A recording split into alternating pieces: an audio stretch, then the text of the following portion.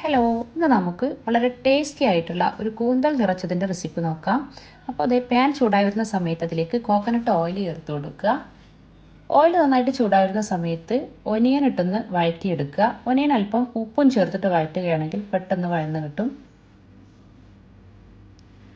Onion നന്നായിട്ടൊന്ന് വഴന്ന് വരുന്ന സമയത്ത് ഇതിലേക്ക് ജിഞ്ചർ ഗാർലിക് പേസ്റ്റ് അല്ലെങ്കിൽ ഇഞ്ചി വെളുത്തുള്ളിയും കൂടെ ചതച്ചെടുത്തത് ചേർത്ത് കൊടുക്കുക. അതോടൊപ്പം തന്നെ ഞാൻ പച്ചമുളക് കൂടെ അതിൻ്റെ കൂടെ ചതച്ചെടുത്തിട്ടുണ്ട്. നന്നായിട്ടൊന്ന് റോസ്മെല്ലൊക്കെ പോയി ആ ഒരു വഴന്ന് വരുന്ന സമയത്തിലേക്ക് പൗഡേഴ്സാണ് ചേർത്ത് കൊടുത്തിട്ടുള്ളത്. മഞ്ഞൾപ്പൊടിയും മുളക് പൊടിയും ചേർത്തിട്ടുണ്ട്.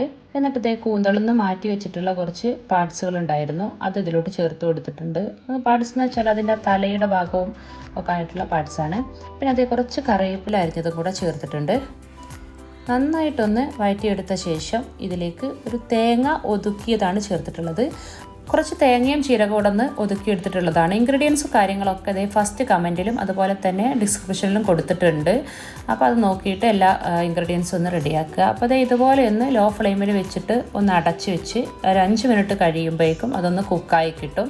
5 മിനിറ്റ് കഴിയുമ്പോൾ ഇതൊന്ന് തുറന്ന് നോക്കിയിട്ട് അതിലേക്ക് അല്പം ഗരം മസാല പൊടി ചേർത്ത് കൊടുക്കാം. ഒരല്പം മല്ലിയിലയും കൂടെ ചേർത്തിട്ട് ഫ്ലെയിം ഓഫ് ചെയ്തിട്ട് ഒന്ന് തണുക്കാൻ വേണ്ടിയിട്ട് വെക്കുക. ആ ഒരു സമയത്ത് നമുക്ക് നമ്മൾ കൂന്തളൊന്ന് റെഡിയാക്കി എടുക്കാം. നന്നായിട്ട് ക്ലീൻ ചെയ്തെടുത്തിട്ടുള്ള കൂന്തളിലോട്ട് ഈ മസാലയൊന്ന് നിറച്ച് കൊടുക്കുക. അപ്പോൾ ഈ ഒരു കൂന്തളിൻ്റെ വലിപ്പത്തിനനുസരിച്ച് വേണം മസാല നിറക്കാൻ. പിന്നെ അധികം അങ്ങ് ഫില്ലാക്കരുത്, കാരണം ഇതൊന്ന് ആവി കയറ്റി എടുക്കാനുണ്ട്. ആവി കയറ്റുന്ന സമയത്ത് നമ്മുടെ കൂന്തളൊന്ന് ചുരുങ്ങാൻ സാധ്യതയുണ്ട്. അപ്പം ഒരല്പം അതിൻ്റെ വലിപ്പത്തിനനുസരിച്ച് അധികം ഫില്ലാക്കാത്ത രീതിയിൽ അതിൻ്റെ ഉള്ളിൽ മസാല നിറച്ച് കൊടുക്കുക. എന്നിട്ട് ഒരു ടൂത്ത് പിക്ക് ഇതുപോലെ എടുത്തിട്ട് അതിങ്ങ് ഒന്ന് ക്ലോസ് ആക്കി കൊടുക്കുക.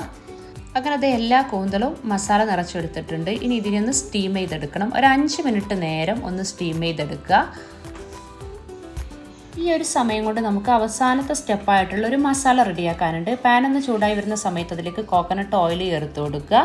ഈ ഒന്ന് ലോ ഫ്ലെയിം ആക്കി വെച്ച ശേഷം ഇതിലേക്ക് മഞ്ഞൾപ്പൊടി, മുളക് പൊടിയും ഗരം മസാലയും ഒരു പിഞ്ച് ഉപ്പും കൂടെ ചേർത്ത് കൊടുക്കുക. നന്നായിട്ടൊന്ന് റോസ്മെല്ലൊക്കെ ഒന്ന് മാറി വരുമ്പോൾ ഇതിലേക്ക് ഒരല്പം വെള്ളം ചേർത്ത് കൊടുക്കുക. എന്നിട്ട് ആ വെള്ളം ഒന്ന് തിളച്ച് വരുന്ന സമയത്ത് നമ്മൾ റെഡിയാക്കിയിട്ടുള്ള സ്റ്റീം ചെയ്തെടുത്തേക്കുന്ന കൂന്തളിനെ ഇതിലോട്ട് മാറ്റി കൊടുക്കാം. എന്നിട്ട് നന്നായിട്ടൊന്ന് വറ്റിച്ചെടുക്കുക. ഒരല്പം കറിവേപ്പില കൂടെ ചേർക്കുകയാണെങ്കിൽ നല്ല ടേസ്റ്റ് ആയിരിക്കും. എന്നിട്ട് ഇതുപോലെ തിരിച്ചും മറിച്ചും ഒക്കെ ഇട്ടിട്ട് നന്നായിട്ടൊന്ന് റോസ്റ്റ് ചെയ്തെടുക്കുക. നന്നായിട്ടൊന്ന് ഡ്രൈ റോസ്റ്റ് ചെയ്തെടുത്ത ശേഷം നമുക്കിതിന് സർവിങ് പ്ലേറ്റിലോട്ട് മാറ്റാം. അപ്പോൾ നമ്മുടെ അടിപൊളി കൂന്തൽ നിറച്ചത് റെഡി ആയിട്ടുണ്ട്. ട്രൈ ചെയ്ത് നോക്കിയിട്ട് ഫീഡ്ബാക്ക് അറിയിക്കണേ. ബൈ.